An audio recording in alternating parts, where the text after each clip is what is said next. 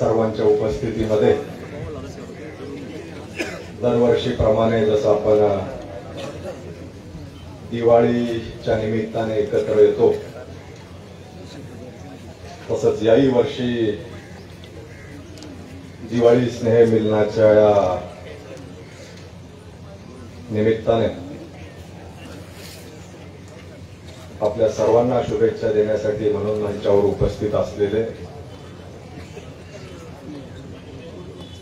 भारताचे माजी केंद्रीय रेल्वे राज्यमंत्री आदरणीय दादा, त्याचबरोबर आपले आमदार आणि जालना भारतीय जनता पक्षाचे जिल्हाध्यक्ष नारायणजी कुचे साहेब, मुद्दामून आपल्याला या ठिकाणी शुभेच्छा देण्यासाठी उपस्थित असलेल्या फुलंब्री मतदारसंघाच्या आमदार आदरणीय अनुराधाताई चव्हाण, कन्नडच्या आमदार माझी बहीण आमदार संजनाताई जाधव, आपल्या सर्वांना नेहमीच आशीर्वाद देत आलेले आणि सगळ्या सुखदुःखाच्या कार्यक्रमात दानवे कुटुंबासोबत असलेले आपले हरिभक्तपरायण माऊली महाराज शेलुतकर, मंचावर उपस्थित सर्व संत महंत, या ठिकाणी उपस्थित शिवाजी बापू तोटे, शालिकराव मामा मस्के, भास्कर आबा दानवे, विजयनाना परिहार, बद्रीभाऊ पटाडे, शिवाजी बापू तोटे, एल.के. दळवी साहेब, राजेंद्रजी देशमुख, गणेशजी ठाले, गोविंद मामा पंडित, या ठिकाणी उपस्थित असलेले मुकेश भाऊ चिने, आशाताई माळी, दीपकजी वाकडे, संतोष पाटील लोखंडे, श्रीभूषण भैया, डॉक्टर तांदुळजे साहेब, सर्वच आदरणीय व्यासपीठ, या ठिकाणी मोठ्या संख्येने जमलेले सर्व वडीलधारी,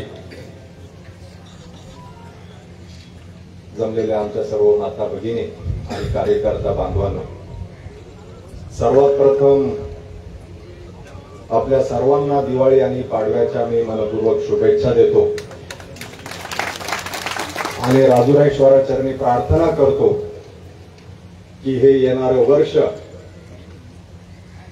कार्यकर्त्यांसह राज्यभरातील आणि देशभरातील नागरिकांसाठी सुखाचं, समृद्धीचं, आरोग्यदायी आणि भरभराटीचं जावो अशी राजुरेश्वराचरणी प्रार्थना करतो. बांधवांनो, आता हे काही भाषण फार करण्याचं व्यासपीठ नाहीये. दिवाळी स्नेहमिलन आपण नेहमीच आयोजित करतो. भाषण बरेचसे झालेत, परंतु माझा जीव खालीवर होऊ लागला बऱ्याच वेळपासून. कारण कार्यक्रम चालू करताना कुचे साहेब पाऊस सुरू झाला आणि आता विश्रांती दिली. आता मी जर लांबलचक भाषण केलं तर 5,000 लोकांचं जेवण 10,000 व्हायला वेळ लागणार नाही, हे जर त्याच्यात पडले तर. मग मला त्याची चिंता आहे, मी जास्त वेळ घेणार नाही. परंतु बांधवांनो, जोपर्यंत आपलं हे स्नेह मिलन होत नाही, मग जालन्याचा असो, बदनापूरचा असो किंवा भोकरदनचा असो, तोपर्यंत प्रत्येक वर्षीची दिवाळी ही दिवाळी वाटत नाही. कारण की आमचा परिवार आणि कुटुंब म्हणजे दादा, ताई, मी, आमच्या बहिणी, मुली एवढंच नाहीये, तर हा सगळा आपला प्रपंच आणि हा सगळा आपला परिवार आहे. आणि त्यामुळं दिवाळी हा आपल्या हिंदू सणामध्ये अतिशय महत्वाचा आणि मोठा सण मानला जातो. आणि अशा या शुभ दिनी किंवा या उत्सवामध्ये आपल्या सर्वांचा सहभाग आमच्या आनंदामध्ये असला पाहिजे, म्हणून अशा प्रकारचं दिवाळी स्नेहमिलन आपण दरवर्षी आयोजित करत असतो. आणि याचा उद्देश निवळ भाषण करणं, फराळ करणं, आमच्या घरात माळा टाकणं, सत्कार करणं हा नाहीये. तर माऊली महाराजांनी सांगितल्याप्रमाणे या कार्यक्रमाच्या निमित्ताने विचारांची देवाणघेवाण होते. सगळ्यांच्या भेटी होतात, खुशाली विचारली जाते आणि म्हणून अशा प्रकारचं स्नेहमिलन हे अतिशय महत्वाचं आहे आणि त्यामुळं हे नेहमीच एक वळण पडल्यासारखी पद्धत आपण या ठिकाणी आपल्या रीतिरिवाजाप्रमाणे राबवत आहोत. मी या दिवाळी स्नेहमिलनाच्या निमित्ताने फार काही न बोलता आता जिल्हाध्यक्षांनी त्यांच्या भाषणामध्ये विषय घेतला, गणेश बापूंनी घेतला, माऊलींनी सांगितलं किंवा दिवाळी तर आहे, पुढे होळी पण आहे. एल के दळवी साहेब आपल्या युतीतले घटक पक्ष आहेत, त्यांनी आपल्याला चाहूल दिलेली आहे की पुढचा काळ निवडणुकींचा काळ आहे. परंतु आता वारं कोणत्या दिशेने वाहू लागले याचाही अंदाज दळवी साहेबांनी दिला. माऊली ते म्हटले की मावशीपेक्षा आई चांगल्या प्रकारे ऐकत असते, त्यामुळे आईचा रोल महत्वाचा असतो. हेच पूर्वीचे दळवी साहेब असते ते म्हटले असते की माय मरो पण मावशी जगो. पण आता दळवी साहेब हे आपल्या सोबत आहेत आणि त्यामुळं आता निश्चितपणे आपले सर्व पक्ष युती धर्माचे हे नक्कीच एक मूड बांधून त्या ठिकाणी मग आपल्या राज्याचे मुख्यमंत्री असेल देवेंद्रजी फडणवीस साहेब, आपल्या राज्याचे उपमुख्यमंत्री एकनाथजी शिंदे साहेब, आपले दुसरे उपमुख्यमंत्री महोदय माननीय अजितदादा पवार यांच्या नेतृत्वामध्ये भारतीय जनता पक्ष, शिवसेना, शिंदे गट आणि राष्ट्रवादी अजितदादा गट यांचं भक्कम असलेलं सरकार प्रत्येकाने उल्लेख केल्याप्रमाणे बांधवांना आपल्या पाठीशी खंबीरपणे उभं आहे. या वर्षी पाऊस मोठ्या प्रमाणात झाला, शेतकरी बांधवांचं नुकसान झालं. हे आसमानी संकट हे या राज्यावर कोसळलं. असं असताना विरोधकांनी नेहमीप्रमाणे त्या ठिकाणी लगेचच पाऊस पडल्याच्या दुसऱ्या दिवशी टीका सुरू केली की या सरकारने शेतकऱ्यांकडे लक्ष द्यावं, शेतकऱ्यांच्या मदतीला धावून यावं. परंतु बांधवांनो, क्षणाचा विलंब न लावता ज्या काही अटी शर्ती आहेत अतिवृष्टीच्या, या बाजूला सारून आपल्या राज्याचे मुख्यमंत्री देवेंद्रजी फडणवीस आणि दोन्ही मुख्यमंत्र्यांनी आणि सरकारने निर्णय घेतला आणि अनुराधाताईंनी सांगितल्याप्रमाणे जवळपास 35,000 कोटी रुपये या राज्यातल्या शेतकरी बांधवांना मदत म्हणून दिली. आता ते पैसे यायला फार वेळ नाहीये. निवडणुका मला असं वाटतं की डिसेंबर मध्ये होण्याची शक्यता आहे आणि त्यापूर्वी नक्कीच आपल्या राज्यामध्ये जो ओला दुष्काळ आणि अतिवृष्टी झालेली आहे तर याचा निधी शेतकऱ्यांच्या खात्यावर या चालू महिन्यामध्ये त्या ठिकाणी वर्ग होईल असा विश्वास मी निश्चितपणे सरकारच्या वतीने त्या ठिकाणी व्यक्त करतो. बांधवांनो, सरकार म्हणजे काय तर सरकार निश्चितपणे आपलं मायबाप आहे. आणि अडचणीच्या काळामध्ये, संकटामध्ये सरकारला गोरगरिबांच्या पाठीमागे भक्कमपणे उभं राहावं लागतं. अशा परिस्थितीमध्ये निव्वळ सोंग घेऊन चालत नाही. आता 35,000 कोटी रुपयाची घोषणा केली, ते 35,000 कोटी रुपये उभे करायचे म्हणजे असं लगेचच तिजोरीतून उचलले आणि 35,000 दिले असं होत नाही.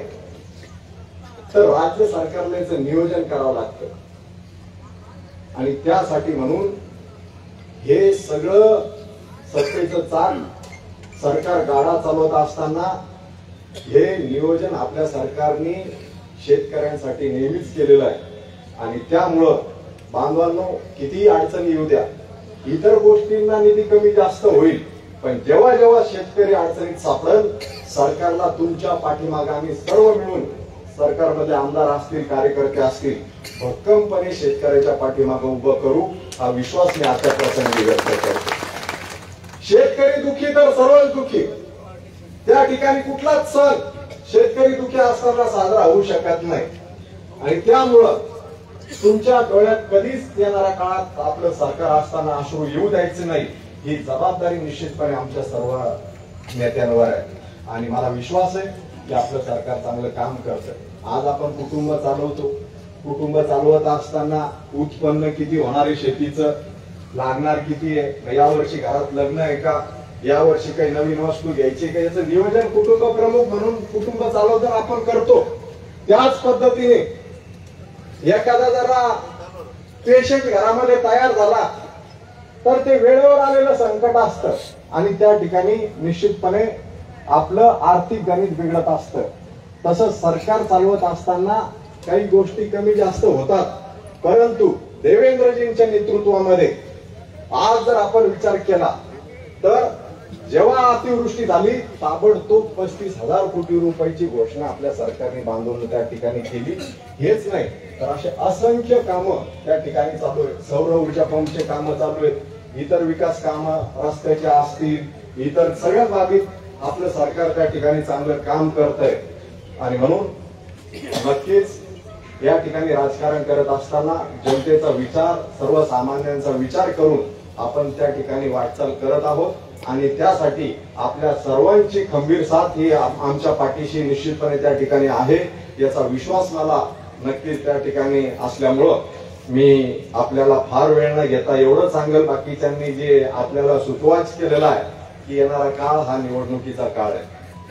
त्यामध्ये नगर परिषद आहेत, जिल्हा परिषद आहेत, पंचायत समिती आहेत. आणि त्यासाठी म्हणून या जिल्ह्यावर नक्कीच आपला झेंडा फडकल्याशिवाय राहणार नाही असा विश्वास आजच्या प्रसंगी व्यक्त करत असताना तुझे साहेबांनी काल परवा फराळ गिराळ खाऊ घालून त्या ठिकाणी कार्यकर्त्यांना आता तयार केलेलं आहे.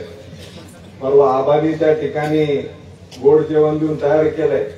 आता हे फराळ म्हणजे आता पुढची चाऊल लावणार फराळ आहे. त्यामुळं आज चांगल्या पद्धतीने या ठिकाणी जेवण करा आणि पुढे आता कामाला लागा असं मी आजच्या प्रसंगी आपल्या सर्वांना या ठिकाणी विनंती करतो. आणि जास्त वेळ न घेऊ देता हे आज ज्या मंचावर आपले अराजकीय म्हणजे ज्ञानेश्वर माऊली असतील, आमचे सर्व संत महंत मुर्डेश्वर आणि परिसरातले आलेले यांचं मी या ठिकाणी मनापासून आभार व्यक्त करतो. आमचे पत्रकार बांधव असतील, काही डॉक्टर मंडळी, वकील मंडळी आणि शहरातील व्यापारी या ठिकाणी या कार्यक्रमाला आवर्जून उपस्थित आहे. मी त्यांचाही या कार्यक्रमाला उपस्थित झाल्याबद्दल आभार व्यक्त करतो. त्यांना मनापासून दिवाळीच्या शुभेच्छा देतो आणि आपल्या सर्वांना सुद्धा दिवाळी आणि पाडव्याच्या मनपूर्वक शुभेच्छा देऊन या ठिकाणी थांबतो. धन्यवाद. धन्यवाद भाऊ. नुकतंच या ठिकाणी संभाजीनगर कृषी उत्पन्न बाजार समितीचे सभापती मान्य श्री राधाकृष्ण पठाडे साहेब, मतेनाना ज्येष्ठ भाजप कार्यकर्ते आणि ज्येष्ठ भाजप कार्यकर्ते भाऊरावजी मुळे यांचं आगमन झालेलं आहे. मी राधाकृष्ण पठाडे साहेब यांचं स्वागत करण्यासाठी भोकरदन बाजार समितीचे उपसभापती मधुकर मुकुटराव यांना या ठिकाणी विनंती करतो. तसेच मतेनाना यांचं स्वागत करण्यासाठी हसनाबाद जिल्हा परिषद गटाचे जीप सदस्य गणेश बापू फुके यांना विनंती करतो.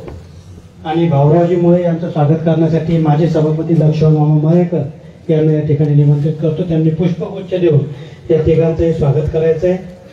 दादांना या ठिकाणी दीपावलीच्या शुभेच्छा देण्यासाठी निमंत्रित करण्यापूर्वी काही महत्वाच्या सूचना मी या ठिकाणी देऊ इच्छितो. सर्व उपस्थितांच्या स्नेह भोजनाची व्यवस्था आपण या ठिकाणी केलेली आहे आणि मंडपाच्या दोन्ही बाजूला प्रत्येकी 5 स्टॉल आपण या ठिकाणी लावलेले बुफे सिस्टीम जेवण घेण्यासाठी. मंडपाच्या चारही कोपऱ्यामध्ये पिण्याच्या पाण्याची व्यवस्था केलेली आहे.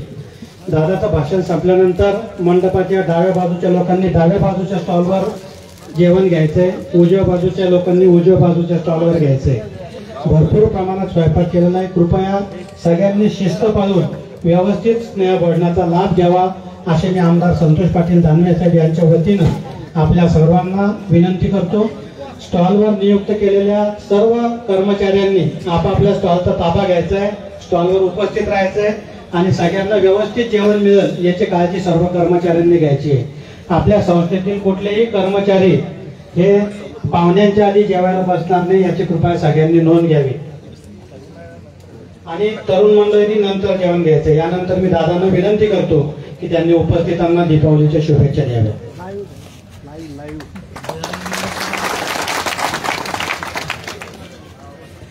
भारतीय जनता पार्टीचा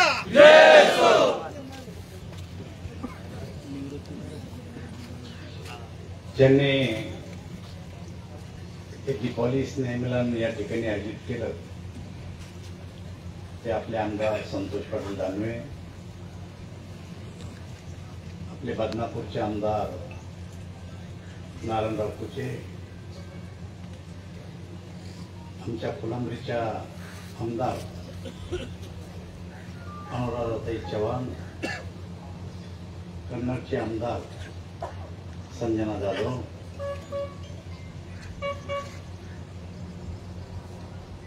आता जेवढे नावं संतोषना घेतले माऊली महाराज आपले शेलूरचे आणि ते सगळे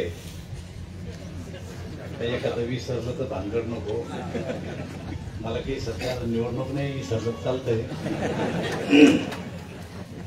पण मंचावर उपस्थित असलेले एक विरोधी पक्ष आपले आपले एल के धरू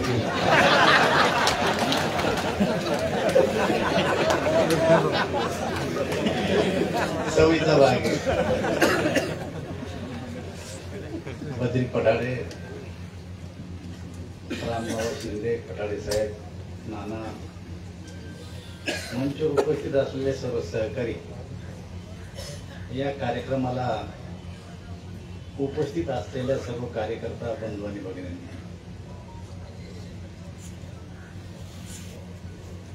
आता दिवाळीचं पर्व संपत आलंय. आपलं स्नेहमिलन सगळ्यात शेवटी याच्यासाठी घेतलं की यांचं होऊन जाऊ द्या एकदा, मग आपलं शेवटी करू. आणि त्याच्यामुळे आपण आज स्नेहमिलन ठेवलंय. स्नेहमिलन आपण का ठेवलं, कशासाठी ठेवलं जातं, माझ्या अगोदरच्या वक्त्यांनी सांगितलं, मी त्यात जाणार नाही. पण निमित्त दिवाळीचं आहे, सगळेजण एकत्र येतात, भेटीगाठी होतात, जेवण होतं.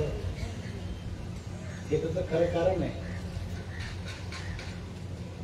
पण आता या कारणाबरोबर दुसरी कारण आपोआपच पुढे आली, निवडणुकीचे कारण. त्यामुळं बरेच लोकांना असं वाटलं असं की आज चर्चा होती काय करू, आज नाही गेलो तर मग आपलं बी होतं काय करू. त्यामुळे बसल्या बसल्या चेहऱ्यावर नजर टाकली. पण पाहिजे तेवढा उत्साह नाही तुमच्या. निवडणूक असताना काय उत्साह असतो हे मी 32 वर्ष अनुभवला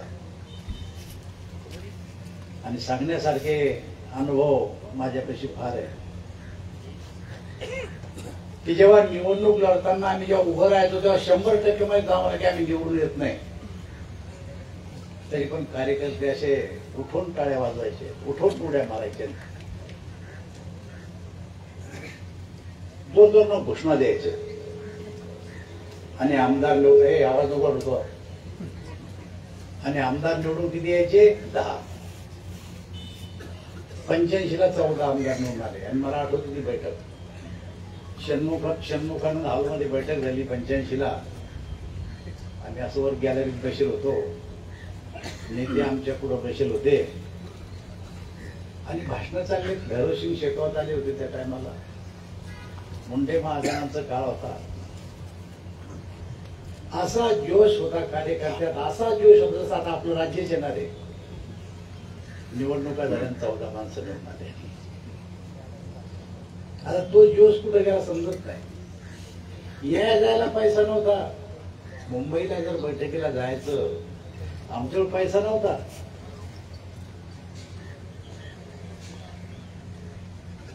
परभणीहून रेल्वे यायची, वर टापावर बसून लोक. आम्ही जालन्याचे लोक घेऊन व्यास होतो, अरे आले आपले की चला यावर. पैसा नाही, बिग तिकीट, पैसाच नव्हता.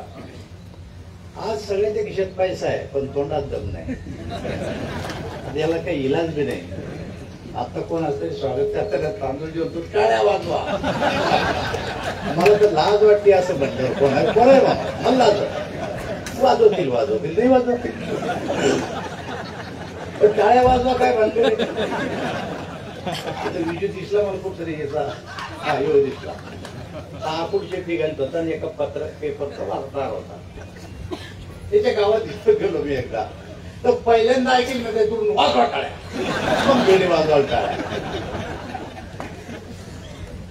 पार्टीचा कार्यक्रम असला, पार्टी एकत्र आली तर माणसामध्ये एक असा तोंडात लाळ येते ना, अशी लसलशीतपणा असला पाहिजे.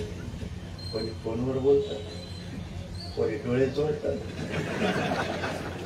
काय आशा नाही होत, पण तरी पार्टी चालली, तरी सत्ता आली आपली, ही बी कमाल आहे.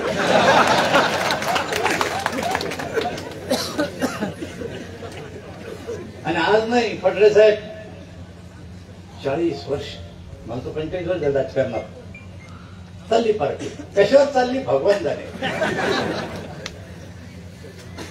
आणि 45 वर्षात भोकरदन तालुका अजून कोणत्याही निवडणुकीत मायनस नाही. यावेळेस 900 मतं मायनस आहे. मला वारुळातून मुंग्या निघाव अशी माणसं बाहेर आली, दुसऱ्या पक्षात जमतोच खेळ आपला, कोण कोण सांगितलं जमतच आपलं. आणि अशा टीका टिप्पण्या जरूर नका. तर आम्ही एक शब्द बोललो नाही. आताही जे 900 मतं कमी पडल्या, म्हणते ज्या प्रभातून काही 2-4 गाव कमी पडलेत म्हणून 900 कमी. भोकरदन कमी नाही, 8,000 पुढे भोकरदन. आणि कोणत्याच निवडणुकीत नाही, 25 नाही 35 वर्ष झाली पंचायत समिती सिंगल बीजेपीच्या ताब्यात आहे. गरज नव्हती कोणाची. एकदा LK साहेब म्हणून आले जनता पार्टीकडून, जनता दलाकडून. एकच माणूस कमी पडला सभापती उद्या नव्हत्या अशा पोराला. एकच माणूस दळवी साहेब म्हणून तुम्ही सभापती चला, पण त्याला तरी होऊ दे. नवरा मेल तर तो सोदरण की त्यांच्यावर झालं. आज सभापती गेला मी LK साहेबाला गमतीने सांगतो, अवघड घेऊ नका बरं कसं तुम्ही आठवणी द्या. दुसऱ्या दिवशी खडकेला एक उद्घाटन होतं. अगोदरच ठरलेलं होतं. आज त्या लोकांना उद्घाटनाचा बोर्ड लिहून ठेवता, उद्घाटक आमदार रावसाहेब दानवे. आता मी म्हणलं LK साहेबाला आपण सभापती केलं, आपला माणूस आहे, चला. मग सकाळी LK साहेबाला परवानगी साहेब चला उद्घाटन आहे. आज तिथं गेलो, तिथं नुसतं रावसाहेब दानवेचं नाव लिहिलं. आणि हे व्हायच्यावर बोर्ड छापेल होता, लोक काय करते 7-8 आणा पारा मी गेलो. अरे बेटे मी सभापती नाव नाही, आमदारच वगैरे. आणि ह्याही गोष्टी पाहिल्या आम्ही. राजकारणामध्ये संयम, शांतता ही असली पाहिजे माणसं. पण मग LK साहेब 2 विधानसभा विलगले, शिंदेवाला आमचे होतं. पण असं नाही की विधानसभा आमच्या एकमेकांच्या विरोधात लढून आमच्यात कटुता आली, दोस्ती काय. मी तर विरोधी पक्षाला म्हणत असतो की आणि येणं जाणं सुरू व्हा. दुरावा नको, राजकारणात दुरावा नसला पाहिजे. आणि मग दुरावा जर नाही ठेवला तर कधी दोस्ती करावी लागती. राजकारणात कोणीच कोणाचा कायमचा शत्रू नाही, कोणीच कायमचा मित्र बी नाही. ही गोष्ट लक्षात ठेवा तुम्ही. लय पाहिजे, खून झालेले पाहिले मॅ टोपे आणि विलासराव, खून झालेले पाहिले. कडक राजकारण एकमेकांचे होते, काळे पोले पाहिजेत नाही. तेव्हा डोळे झिजून राहिले, भाऊ मनावर परिणाम होत नाही. तेव्हा आता सरकार आपलं असं वाटतं की खेळ जमला सगळ्याचा. झडपी म्हणजे एक हाती मारणार आहे आपण, पंचायत समिती एक हाती मारणार आहे असं नाहीये. इथं पठारे भाऊ असे माणसं उभी केली आम्ही. कधी कधी आंधळे केले तरी आले निवडून, बघ कधी कधी बहिरे उभे केले तरी आले निवडून. काय तर रामला दोन्ही कानून 100% बाहेर आहे. त्याला आता दुसऱ्यानं पुनवलं पाऊट म्हणून. अरे झडपी निवडून आला आणि सदाशिव सभापती विरोधात निवडून आला. आणि निवडून आल्याच्या नंतर चालू संपल्याच्या नंतर त्याचं विचारलं काही नाही, आम्ही वर्गणी करून त्याला घालला पाहिजे. बरोबर काय, घालला पाहिजे. ऑपरेशन झालं, पाय मोडला, त्याला पैसे दिले. उभाराचं पोरग पंचायत समिती सभापती केलं आहे का इथे? अहो हे अजूनही शेकड्याचे पैसे बघू काय तरी 2दा शेकडा मी मिटवला. सारे कार्यकर्ते जमा झाले. दादा त्याची लई दैनी चालली. मग एकदा मिटवाच लागतं. पहिल्यांदा मिटवलं म्हणलं हो शेकड्याने काढशील तर तोंड दाखवू नको. नाही म्हणून दादा आता भरून टाकले पैसे. त्या पुन्हा लोक आलेच नाही कार्यकर्ते समजून लोकांनी ह्या केलं. हा हे काय दादा एकदा म्हणलं आता काढशील नाही काढले. अजून 3री बार चालूच नाही मला टोमणी. शेवट बार येत कारण सभापती केला. तर अशी माणसं आपल्याकडे निवडून आले. तर मला सांगा हे जिल्हा परिषदेचे अध्यक्ष चहा आहे की तुला लाल दिवा उभा आहे. लाल दिवा बघा राहतो तुमच्या गावात. अल्ला अध्यक्ष झाला इथे. हा आत्माराम वर आहे. लहानपणी कटिंग करता जिल्हा परिषदचा अध्यक्ष जे झालं काय बोला. ही अशी माणसं आमच्या गरीबाचा तालुका आहे. या तुमच्यासारखा थोडा आहे. हा गरीबाची माणसं आहे ते. फकीरचे दुबार आहे. हॉटेलमध्ये चहा ऐकायचा. एक दिवशी हॉटेलमध्ये गेलो. दादा काही परवडे ना म्हणलं मग काहीतरी कारण मग राही बा पंचायत समितीला राहायला उभा सभापती केला. तर मला सांगा असे माणसं आमच्या तालुक्यातले गरीब माणसं आहे. पण आता काळ बदलला गरीब हो. सभापती आहे तुम्ही बाहेरून आणून आमदार केलं. आमदार बी झाला. ती माझ्याजवळ आमदारची भेटले.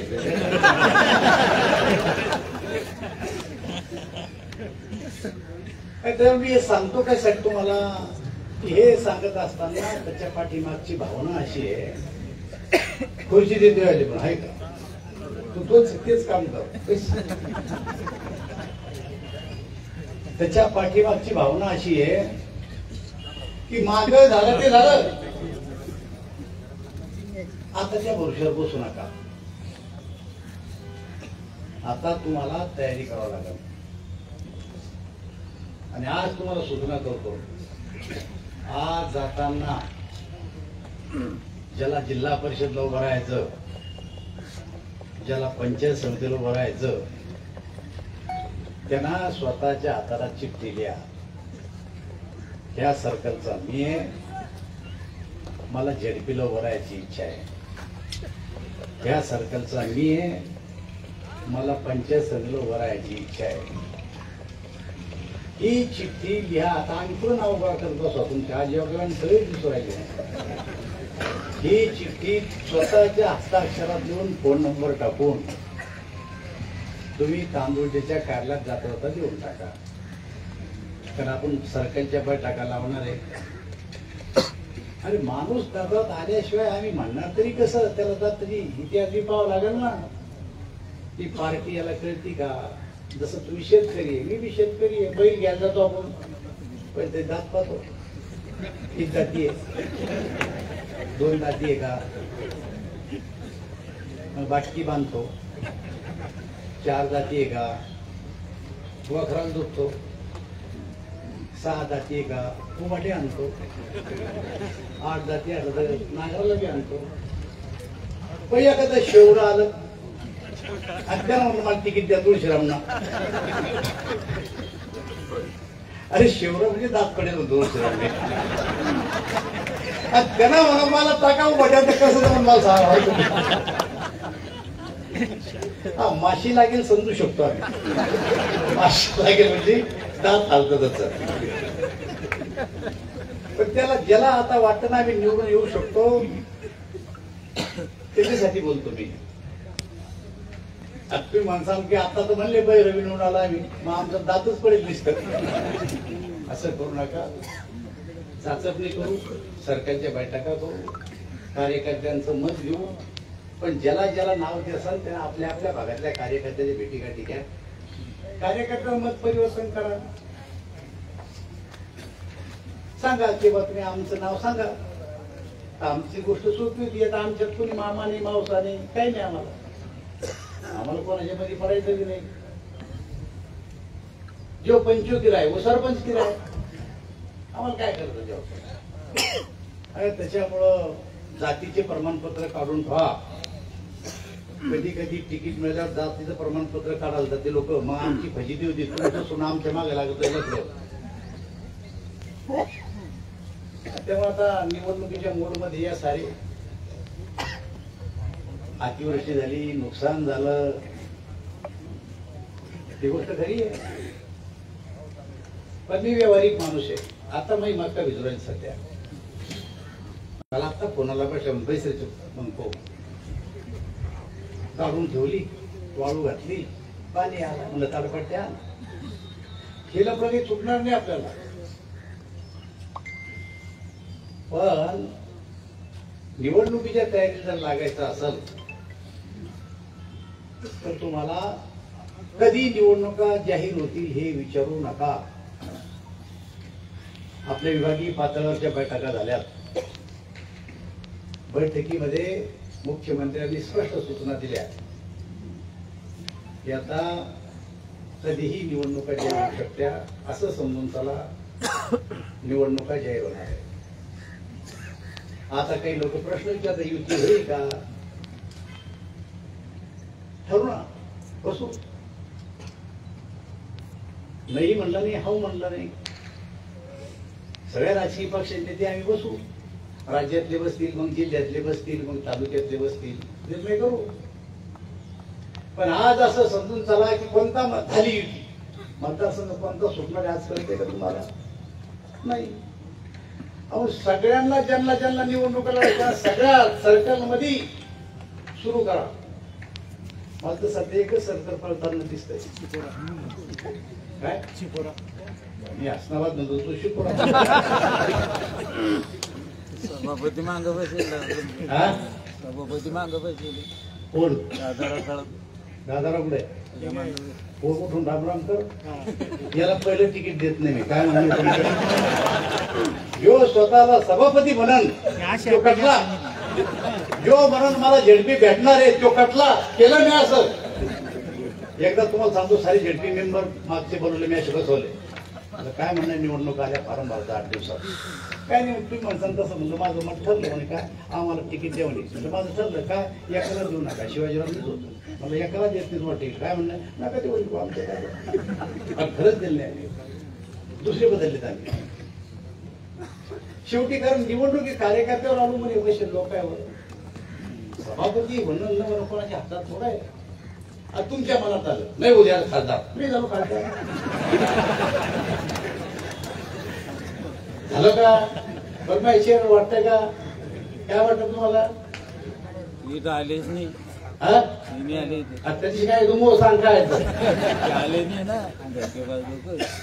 त्याच्यामुळं जनमत काय म्हणतं, जनता काय म्हणते, त्याच्यावर पुढचं ठरल्या जातं. निवडणुकीच्या तयारीला लागा.